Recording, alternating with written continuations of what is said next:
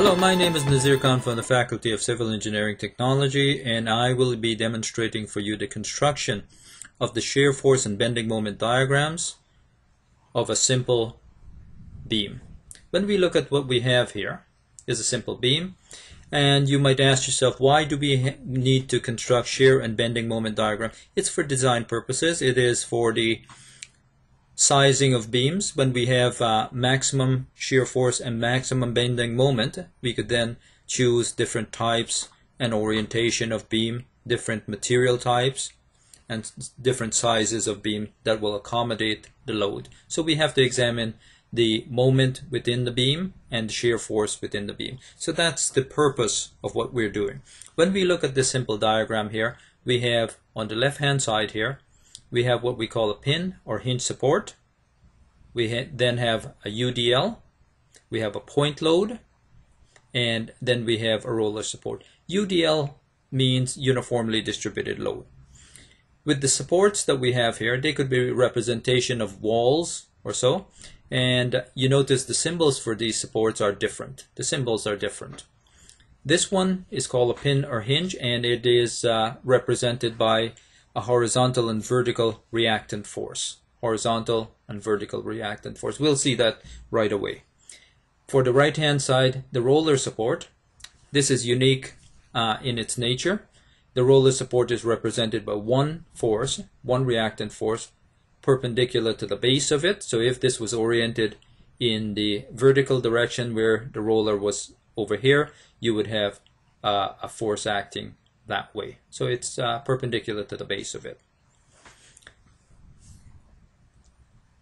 The first thing that I have to do is place some guidelines here, because we're going to have a stack of diagrams. The next diagram is dependent on the previous diagram. Say for instance, if I didn't have a beam diagram, I couldn't construct a free body diagram, which you'll see right away. Okay, we put a guideline at each location where you have a change of loading. We have right at this left hand side, we have the end of the beam, and usually you put a guideline at that location. We also have a reactant force or two reactant force right there. So we're going to place a guideline. The end of the uniformly distributed load, I'm going to put a guideline, and the point load guideline, and on the right hand side where we have the reactant force for BY, we're going to have a guideline there. These guidelines are here because we're going to place a stack of diagrams. Stack of them. First one that's going to happen is a free body diagram, and if we didn't have, again, the simple beam here, we couldn't construct a free body diagram. So the next diagram is dependent on the previous diagram, and after the free body diagram we're going to do a deflected shape, and we're going to do a little bit of an explanation there. We're going to do a load diagram, we're going to do shear force diagram, and then finally a bending moment diagram. And the shear force diagram, the maximum deviation, we're going to pick that number out, and same with the bending moment diagram. So let's go and create our FBD. Free body diagram means that you have cut a part of a structure away from the original structure, and you have replaced the supports with forces. In this case, the supports are a pin support and a roller support. Pin support is associated with two forces, one horizontal, one vertical. Roller support, in this case, it is one vertical force, By. With the requirements of an FBD, you're drawing it with a straight edge. You have to have all of the loading involved. If you don't have magnitudes, you're going to label them. You're going to have dimension. Well, I'm not going to repeat the dimensions because they're right up here, and that's one of the reasons for stacking the diagrams too. You don't have to repeat certain types of information. They're right there. Okay, so I have my dimensions in here. I have all of my magnitudes that I need.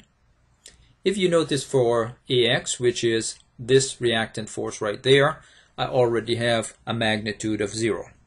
The reason for this is that we don't have any horizontal component to cause a reaction. From this particular support. Okay, if we had an angular force, then the component would cause a reaction. We would have a magnitude other than 0 for this. Okay. The next thing to do is to go and calculate the magnitude of AY and BY. We have to calculate the magnitude of AY and BY. To do that, we have 3 equilibrium equations available to us. And those equations are summation forces in the x direction is equal to 0, summation forces in the y direction is equal to 0, and summation moments is equal to 0. Let's go and look at the calculation for AY and BY. Okay. I have placed on the simple beam, I've placed a point load representing the UDL, or the uniformly distributed load. We know that every meter that we go over, or on the base of it, on the width of it, every meter is going to be 7 kilonewtons. So we have 2 meters here. 7 times 2 is 14. I'm going to put it through the centroid of that particular UDL. Okay? It will help me with my calculation. It is not part of the FBD. It just helped me with my calculation. I'm going to do moments about point A. It will eliminate the most amount of unknown force at that point. And I'm going to have a moment that's created by the UDL. I'm going to have a moment that's created by the point force. And I'm going to have a moment that is created by the reactant at B. Okay, so we're going to have 3 moments. We're going to have 3 sets of terms. Terms are separated by minus and plus signs. So we're going to have 3 sets. The equation is summation moments about point A is equal to 0, and counterclockwise rotation is considered to be positive. That's what that is telling us. Okay, let's go and create the magnitude. Remember that a moment is force times perpendicular distance, right? So we have the magnitude of the force right there, 7 times 2, which is 14, times the perpendicular distance. Well, that perpendicular distance happens to be through the centroid of that shape, so that will be 2 divided by 2, which will give you 1. We can't forget, I should say, that the rotation is negative. This is going to create a negative rotation about point A, so therefore we have a minus right in front here. When we look at the point load right here, again we have a negative rotation. It's going clockwise. It's going clockwise. And we have a perpendicular distance to that line of action. That line of action is 2 plus 3, which will give you 5. So minus 12 times 5 will give you minus 60. We also have a moment that's going to be created by BY here. It's going to go that direction. And that particular moment has a perpendicular distance of 2, 5, 9. So 9 times BY in the positive direction. When you crunch those numbers, you're going to have 8.222 kilonewton as your reactant force. Okay? 8.222. I have carried an extra digit here because my final answer I round off to 3 sig figs. The intermediate answers I just keep a guard digit so that I have accurate answers. Okay? This force, when I write a force, I have the magnitude. We have all 4 components of a force. Magnitude, the direction is vertical, the sense is up, and point of application is point B. So we have magnitude, direction, sense, point of application. Okay, let's go and calculate the force for AY now. I cannot reuse my equilibrium equation for one scenario. Okay, I cannot reuse the equilibrium. I've done summation moments. I cannot use summation moments about point B and solve for AY. I have to choose one of the other 2 equilibrium equation, and the appropriate equation to choose is summation forces in the y direction is equal to 0, and of course we have going up is positive. Okay, going up is positive. When we look at forces going up, we have AY going up, that's a positive. We have the 14 kilonewton going down, which is a negative, and we have 12 kilonewton going down, a negative again, and we have a value, a magnitude for BY now, and that's going up, positive. Crunch the numbers, you have 1778 kilonewtons acting up. So now we have all of our magnitudes that we need for FBD. Okay. Again, my final answer, I'll run off the 3 significant digits. The other answers, I'm going to carry a guard digit. Let's go and construct a deflected shape diagram now. Okay. The deflected shape diagram is constructed from the beam diagram. It is the red line here showing the way that the beam would actually deflect under loading. Okay, it's a bit exaggerated for demonstration purposes, but it is the way that the beam, the shape that the beam would actually take under loading. So this is it right there. We have a beam that's pinned at 2 locations, and it has forces acting down in between those 2 locations. It will cause this type of shape. On the upper part I have a C, and the lower part I have a T. The C represents compression, the T represents tension. Now let's consider a wooden beam. Okay, if I were to take one fiber on the upper half of the wooden beam, a fiber right there, for it to assume the shape, what has to happen to that fiber, it has to be compressed. It has to be compressed. So the forces must be acting towards the member. The member is being the fiber now. And when you look at the lower half of the beam, the fiber has to be stretched. So the force, it has to be acting away. It has to pull it apart to stretch it.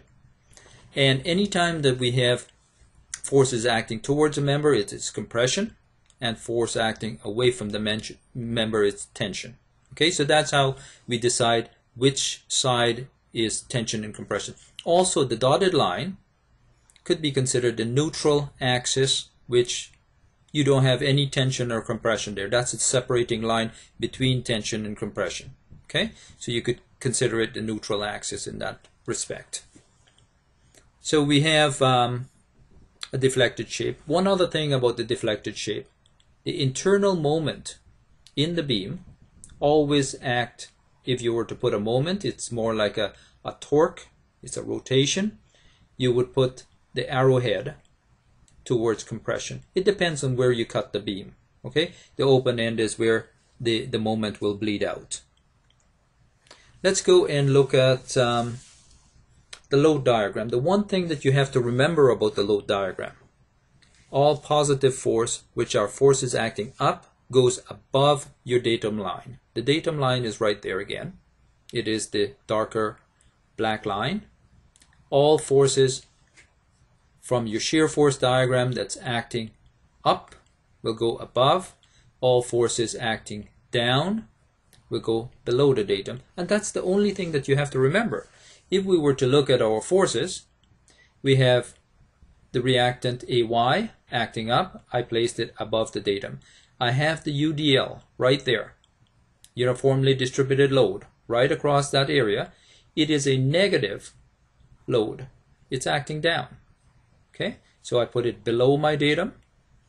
I have my point load right there, and that's acting down below, and then the final one, BY, acting up. I've replaced the actual labels of the reactants with the actual magnitude or the values of them, so I don't need to maintain the labels at this point. Okay, that's all there is to a load diagram. As you could see, we went from the beam diagram to the free body diagram. We needed the beam diagram, the information from there to actually draw the free body diagram. Then we went to the load diagram also. We needed the information from the free body diagram to draw the load diagram. Okay, let's go and construct our shear force diagram now. And when we look at the shear force diagram, fairly simple concept again.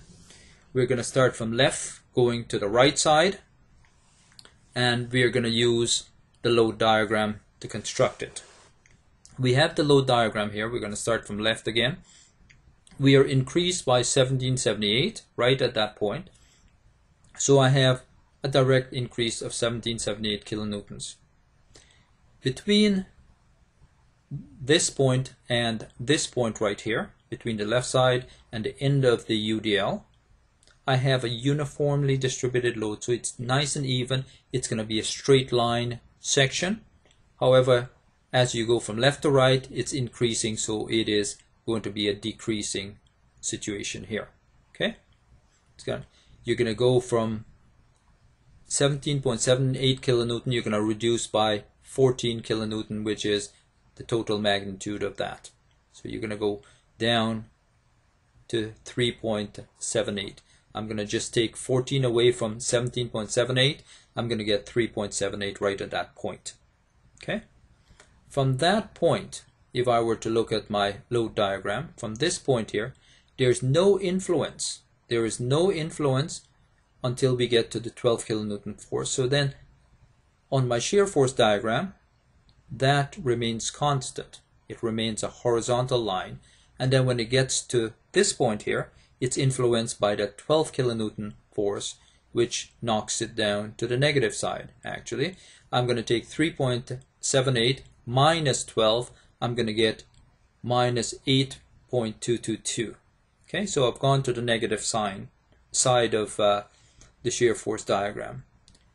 I'm not going to be influenced by any force in between here until I get to the end. So I stay constant, and then when I get to the end, I'm bumped up by 8.22. And this is important. We started at 0 and we ended at 0. We could feel fairly confident that we have actually done whatever is done in here well. So we close, we have a check. Okay? It doesn't mean that the moment diagram is going to check. If the moment diagram does not close to 0, that means that our reactants are calculated incorrectly. Okay? The next thing, before we could go and construct our bending moment diagram, we have to calculate the area under the shear force diagram, and that area represents a moment. Okay? When we look at force times distance, that would be a moment. In this first area here, we have a trapezoid. We have a base, two parallel bases right there, and we have a distance in between them. So I'm going to calculate that area with the trapezoid formula. 17.78 plus 3.78 divided by 2, which is the average of the base, times the distance between them, the two bases, which is 2 meters. So you don't see the 2 meters very well here, but when you crunch the numbers, it equals to 2156. And that would be kilonewton meter. So you have gone from force times distance, kilonewton meter. So the area under the shear force diagram is a moment. And in this case, it's a positive moment. Let's go and look at the rectangular shape now.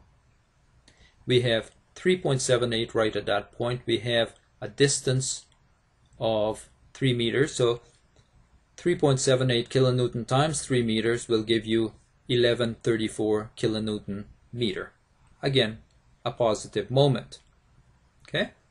When we look at the last rectangle that we have here, the last rectangle, it is a minus rectangle because we have a minus force and we have a distance of 4. So to calculate that will be minus 8.22 kilonewton times 4 meters will give you 32 or minus 32.88 kilonewton meter.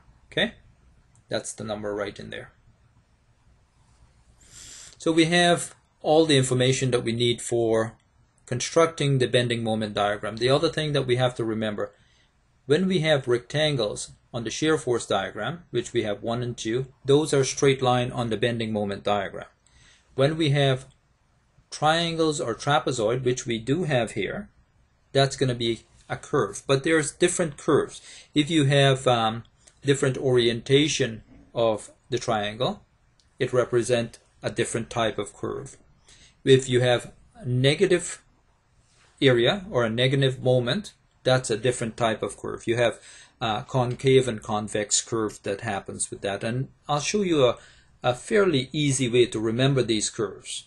All right, let's go and look at the Kahn's bending moment bug. You won't find this in any textbook. Okay, it gives the shape of the curve for the bending moment diagram for triangles and trapezoids. So it gives the shape of the bending moment diagram. These are the shapes that I'm speaking about, these curves here for triangles and trapezoid. The shape of the shear force diagram for triangles and trapezoids are converted into curves on the bending moment diagram. So when we look at this, we have a diamond really, and it's separated into 4 equal parts. We have the upper part of the diamond are represented by areas of triangles, and those are positive area. The lower part of this is negative area. As you could see, for the positive areas, we have here, depending on the orientation of the area, we have here a concave rising up. Okay, it's rising. For the other positive orientation, we have a convex rising up. Convex rising up. When we look at the negative areas, for the first orientation that we have here, we have a convex falling. And for the next one, we have a concave falling. Okay, so these fairly simple way to remember this when you are on evaluations and stuff like that, and you need to remember these shape. It's just a bug. It's separated into 4. You start from the left hand side, you have the whisker of the bug, and you have the back leg of the bug. Okay, fairly easy. Let's go and construct our bending moment diagram now. I've placed the bug right at that location. You don't have to do this on your work. This is just for me to get the appropriate shape for this particular trapezoid shape when I do the bending moment diagram. As you could see, we know that we're going to have a curve right in there. My triangle is positive, first of all. It's a positive moment. And I have an orientation where my right angle is right there. That is the shape that I'm looking for right there. So I know I have a convex rising. A convex rising. How much is it going to rise from 0? The amount of the moment, right? So I'm going to put my moment right there. I'm going to draw a convex rising up to it. The next shape that comes into play happens to be a rectangle, and that again is a positive moment. It's a positive moment. It's 11.34 kilonewton meter.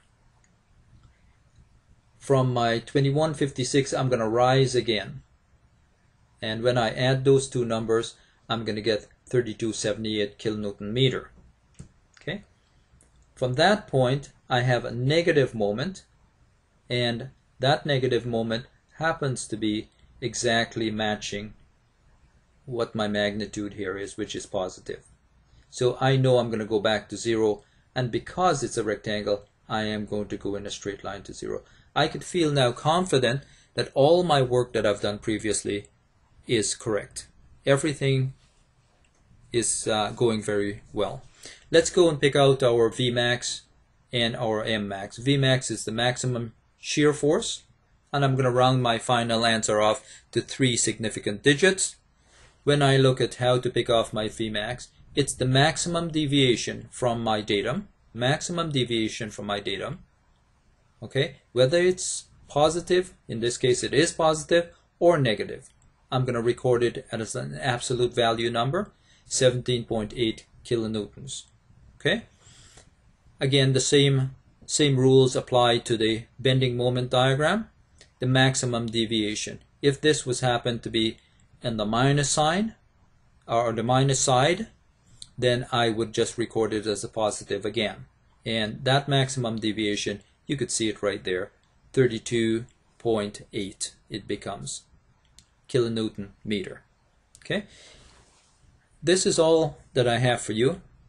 and I hope that it explains how to construct the shear force and bending moment diagram. Have fun with it. Bye-bye.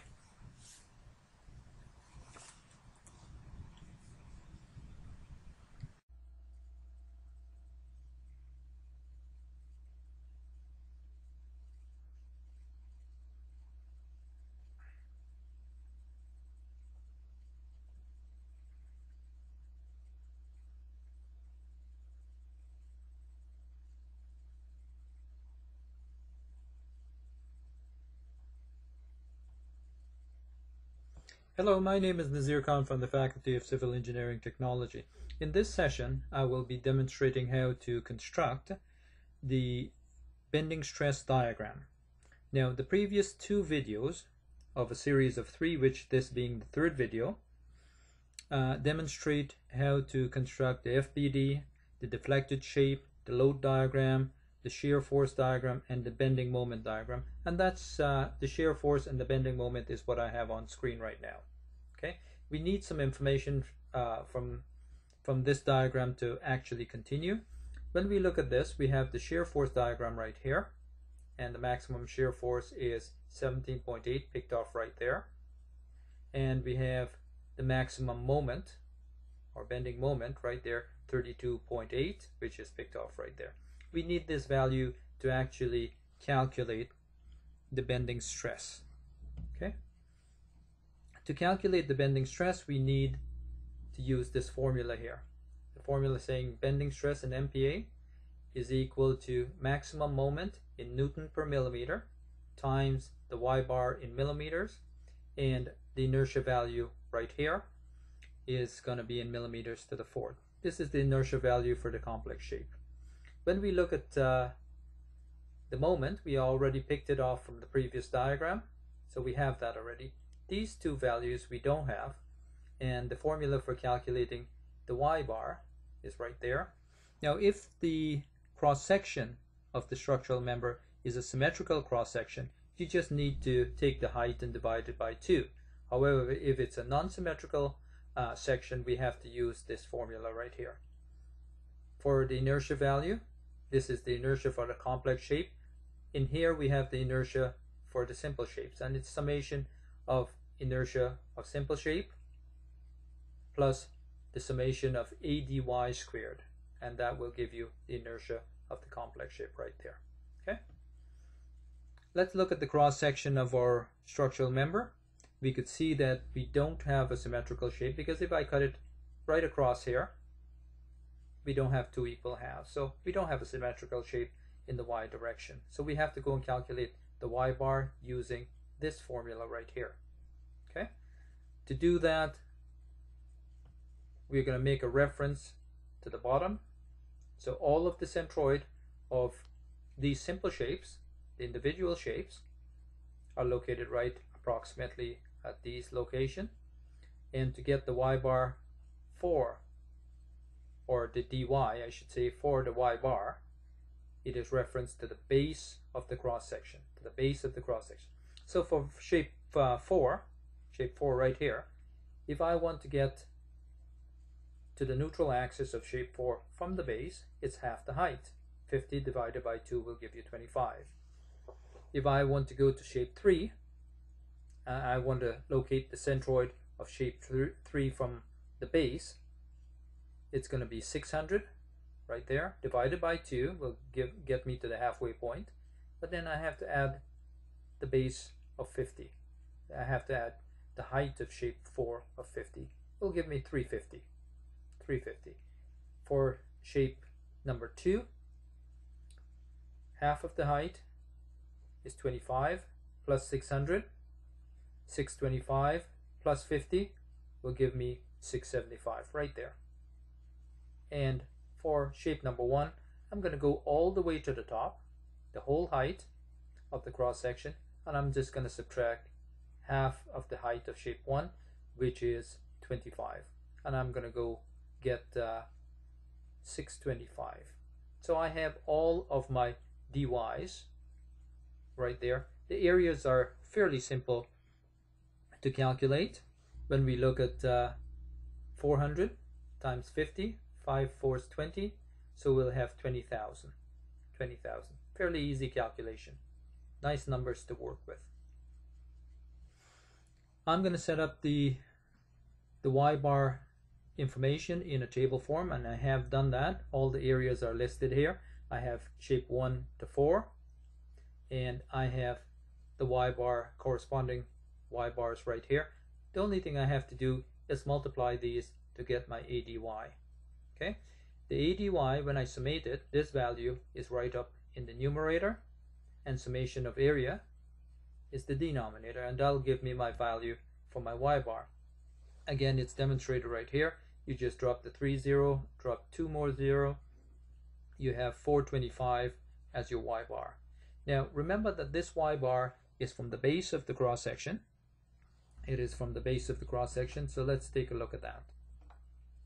I placed the centroid in because we're going to need that, and we have 425 from the base to the neutral axis. This is the centroid of the complex shape.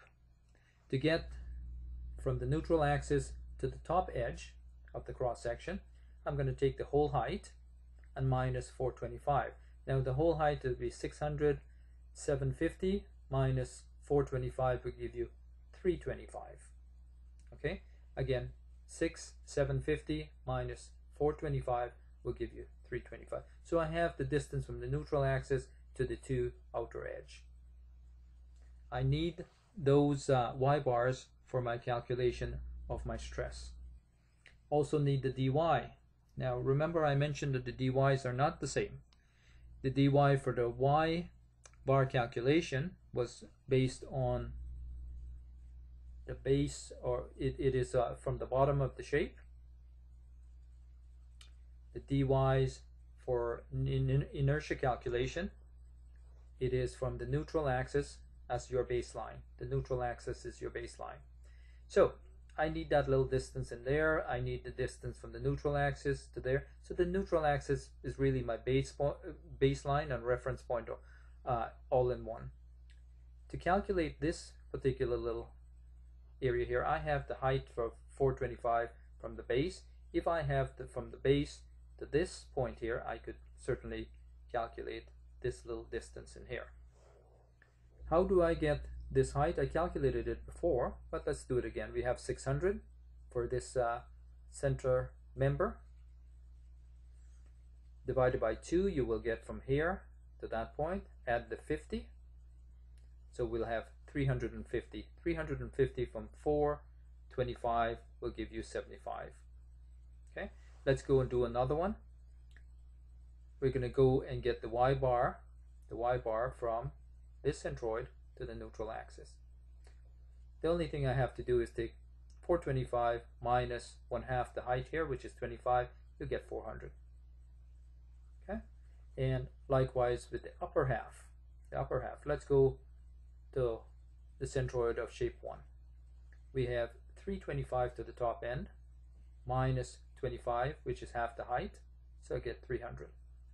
And we have 325 to the top end minus 50 minus 25 minus 75. From that you get 250. Okay, so we have all the Y-bars that we need to do our calculation of our inertia value. I've placed it in table form again, the base and the height of each one of the shapes. Okay, shape 4, shape 3, shape 2, shape 1.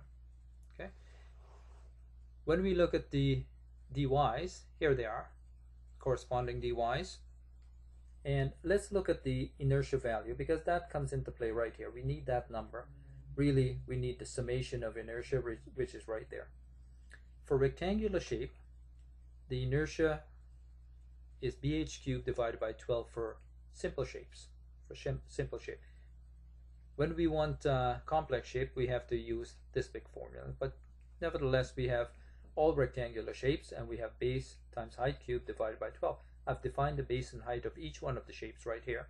So I'm going to take the base times 50 cubed divided by 12. It'll give me 4,166,667. Okay, and that is what I do all the way down. I'm going to summate that, and that value will come right here in this formula. Okay, I'm going to take my dy for shape 1 and I'm going to square it because that's what the formula is, a dy squared. You could see the dy is squared right there. Square this, multiply it by the area. In this case, 5 4 is 20,000. Multiply 300 squared by 20,000. You're going to get 1,800,000,000 as your answer. Okay, and another one. I'm going to take 250 and square it, and we're going to multiply it by 25,000, and it should give me 1,562,500,000, and likewise all the way down. When I summate that, I'm going to have summation of a dy squared as 7,531,250,000, and that value will come right in here. Okay, that value comes right in here. This one is there. When I add up the two values, algebraically add them, I will have 8,445,833,333 millimeters to the fourth. Now I have all the variables that I need, all the quantities that I need to apply them to my stress formula. Stress in MPa is equal to moment, Newton per millimeter, times my y bar, and I'm going to have two y bars because I have two distances from to the outer edge from my neutral axis, and I have my inertia value of the complex shape. The y bar above the neutral axis is 325, the y bar below it is 425, and we've picked off from our bending moment diagram 32.8 kilonewton meter, which we need to apply right in there. But the units are not right. The units are not right. We have to change this kilonewton meter to Newton millimeter, and to change kilonewton to Newton, I'm going to multiply by 1,000. Meters to millimeters, I'm going to multiply by another 1,000. When I multiply 1,000 by 1,000, I get a million. So when I take 32.8 kilonewton meter, multiply it by 10 to the 6, which is a million, I'm going to have Newton per millimeter. Then I'm going to multiply that by millimeters. I'm going to have Newton per millimeter squared in the numerator and millimeter to the fourth in the denominator. The millimeter squared will cancel out with the millimeter to the fourth, and the denominator will be millimeter squared. So I'm ending up with Newton divided by millimeter squared, which is MPa. Okay, when I crunch the numbers on this, I have 1.26 MPa for the upper part above my neutral axis as my stress. Okay, the outer edge will have 1.26 MPa stress.